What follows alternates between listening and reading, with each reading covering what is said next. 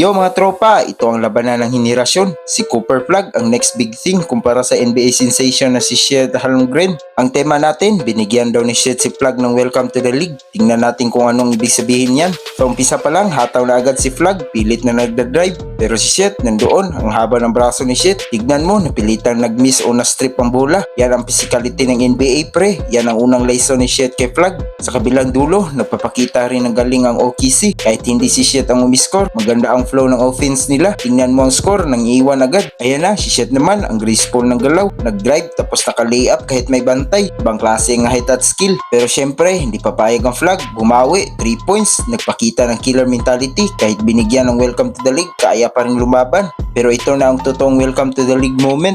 Pilit na pumasok si Flag, pero si Shed hinarang. Ibang klase ang timing at vertical ni Shed. Parang sinasabi niya, hindi pa ngayon tol. At dahil doon sa block, naging fast break ng OKC, 3 points ulit. Kaya tumataas ang lamang, kita mo 38-30 na ang score. Pero tingnan mo si Flag, mukhang hindi susuko, nandun ang determination. Ibig sabihin, natututo siya sa bawat position. Ayan na, sa dulo, pumasok na ulit si Flag, drive at naka-layup. Kaya niya makipagsabayan pero kailangan pang mag-adjust. Grabe, ang init ng laban. Si Cooper Flag napakita ng potensyal, pero binigyan talaga ng paalala ni Chet Holmgren. Sa tingin nyo, gaano katagal bago makabawi si Flag? Comment down below kung nag-i-enjoy ka sa kwentuhan natin. I-like at subscribe mo na.